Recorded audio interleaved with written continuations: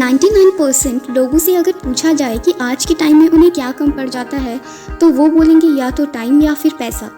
Time is money, लेकिन हम खुद ही अपने टाइम को वेस्ट करते हैं कुछ यूजलेस कामों को करके और कहते हैं यार मेरे पास टाइम ही नहीं है। ऐसा कभी मत कहो कि आपके पास टाइम नहीं है। आपको भी दिन में उतने ही 24 घंटे मिलते हैं जितने इस दुनिया के महान हस्तियों और कलाकारों को मिले हैं। कुछ दिन पहले अंशिका जोशी जी का कमेंट आया था, ma'am can you please make a video on time management. तो चलिए आज हम यही देखेंगे कि हम अपने टाइम को इफेक्टिवली यूज़ करके अपने गोल्स एंड टारगेट्स को कैसे अचीव कर सकते हैं इन realistic and practical time management tools and tips से, जो आज मैं आपको इस वीडियो में बताने वाली हूँ। तो प्लीज़ इस वीडियो को एंड तक देखिएगा, क्योंकि हर एक पॉइंट इंपॉर्टेंट है और हर एक पॉइंट से आप अपने टाइम को इफेक्टिवली यूज़ कर सकते हो। So let's begin. First, analyse your week. Time को मैनेज करने के लिए आपको ये पता होना चाहिए कि आपका टाइम आखिर जाता कहाँ है। सो इसके लिए आपको एक लॉग बुक यानी एक नोटबुक बनानी होगी और एवरी नाइट आपको उसमें लिखना होगा कि आज आपने सुबह से पूरे दिन में अपने टाइम को किस तरह से यूज़ किया और आपने अपने टाइम को कहाँ कहाँ स्पेंड किया। लाइक सुबह 10 बजे से 11 बजे तक आपने स्टडी की, 11 बजे से 12 बजे तक रिवाइज किया, 1 बजे लंच किया, 2 बजे से सोशल मीडिया चलाया, इतने आवर्स चैटिंग की, etcetera etcetera. Keep in mind आपको ऐसा बस एक वीक के लिए करना होगा every night and at the end of the week यानी संडे को आपको ये एनालाइज करना होगा कि मेरा टाइम आखिर जाता कहाँ है। उस लॉग बुक में देखो कि ऐसे कौन से यूजलेस एंड नॉन प्रोडक्टिव काम है जिनको आप एलिमिनेट करके अपने टाइम को इफेक्टिवली यूज़ कर सकते हो। इससे आपकी प्रोडक्टिविटी भी बढ़ेगी और आपको ये पता होगा कि ऐसे कौन से काम है जो अनप्रोडक्टिव है जो आप कर रहे थे। So let's come to the second point which is prepare a checklist. हर दिन हम अपने ही टाइम को वेस्ट करते हैं प्लानिंग ना करके। प्लानिंग करने से हमारा बहुत टाइम बच जाता है। अपने टाइम को मैनेज करने के लिए एक रात पहले ही लिख लो कि अगले दिन आप क्या करने वाले हो। जब हमारे माइंड को क्लैरिटी नहीं होती, उसको ये पता नहीं होता कि एक टास्क को करने के बाद दूसरा टास्क कौन सा पिक करना है, तो चांसेस बढ़ जाते हैं कि वो कंफ्यूज हो जाता है।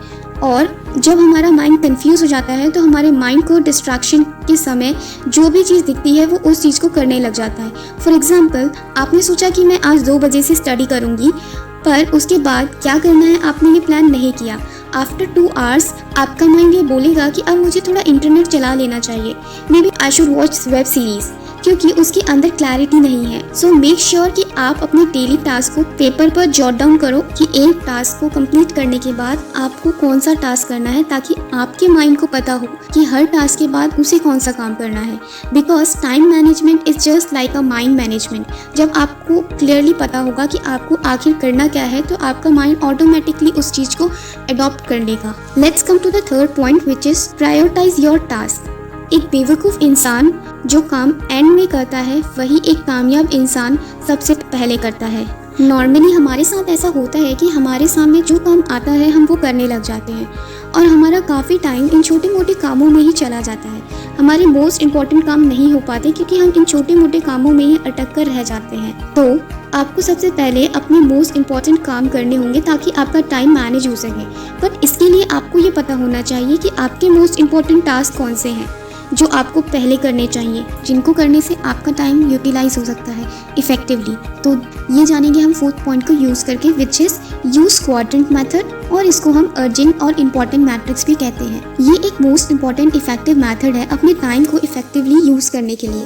इसमें हम अपने कामों को 4 बॉक्सेस में स्लॉट करेंगे, जिसमें आता है एक तरफ आ गया अर्जेंट, नॉट अर्जेंट, एंड एक तरफ आ गया important and not important. Box A जो है उसमें आ गए वो काम जो अर्जेंट भी है और इम्पॉर्टेंट भी, मतलब ऐसे काम जिनकी डेडलाइन सर पर हो, जैसे कोई एग्ज़ाम आने वाला हो उसकी प्रिपरेशन करनी हो, या फिर कोई बिल की पेमेंट, या कोई असाइनमेंट या प्रोजेक्ट बनाना हो। ये काम सबसे पहले आएंगे क्योंकि ये काम अर्जेंट भी है और इम्पॉर्टेंट भी। So let's go to the box B जो है नॉट अर्जेंट बट इम्पॉर्टेंट। इसका मतलब कोई डेडलाइन तो नहीं है पर खुद को इम्प्रूव करने के लिए करना है। लाइक कोई बुक पढ़नी हो सेल्फ इम्प्रूवमेंट की, कोई वीडियो देखनी हो, या एक्सरसाइज मीन्स अपने हेल्थ पर ध्यान देना हो, तो ये चीज़ें इम्पॉर्टेंट है। सो ये सब करने से आपके काम फिल्टर हो जाएंगे कि आपको कौन से काम पहले करने हैं और कौन से बाद में, कौन से मोस्ट इम्पॉर्टेंट है कौन से नहीं। देन बॉक्स सी में आते हैं वो काम जो अर्जेंट है पर इम्पॉर्टेंट नहीं, जैसे कोई ईमेल करनी हो, कोई फ़ोन कॉल करना हो या किसी का मैसेज का रिप्लाई। अब फोर्थ आपको क्लियर हो गया होगा, इसमें आते हैं वो काम जो हम तब करेंगे जब हमारा टाइम बच जाएगा, जैसे कोई फ्रेंड को कॉल करना हो, कोई मूवी देखनी हो या ऐसा काम जो आपको अच्छा लगता हो, या फिर डांसिंग, लिसनिंग अ सॉन्ग। ये सब आते हैं फोर्थ कैटेगरी में, जो कि आप फ्री टाइम में करोगे। सो ये था मेथड जिससे आप अपने टाइम को यूटिलाइज कर सकते हैं। So let's come to the fifth point, which is write down your distractions. देखो, कुछ डिस्ट्रैक्शंस तो हमारे बाहर होते हैं, बट सबसे ज़्यादा प्रॉब्लम तब हो जाती है जब हमारे अंदर ही डिस्ट्रैक्शन हो, मतलब हमारे माइंड में। जब आप स्टडी या कोई काम कर रहे होते हो, वैसे ही दिमाग में आता है, यार मैंने वो वाली मूवी तो देखी ही नहीं, यार आज फेसबुक तो चलाया ही नहीं, यार आज इंस्टा पर पोस्ट डाली है, कितने लाइक्स आए होंगे, किसका कमेंट आया होगा।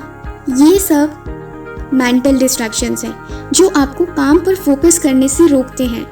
तो इसका सलूशन ये है कि आपको एक लॉगबुक मेंटेन करनी होगी, जिसमें आपको ये लिखना होगा ऐसे कौन से काम हैं जो आपको डिस्ट्रैक्ट करते हैं मेंटली स्टडी करते टाइम।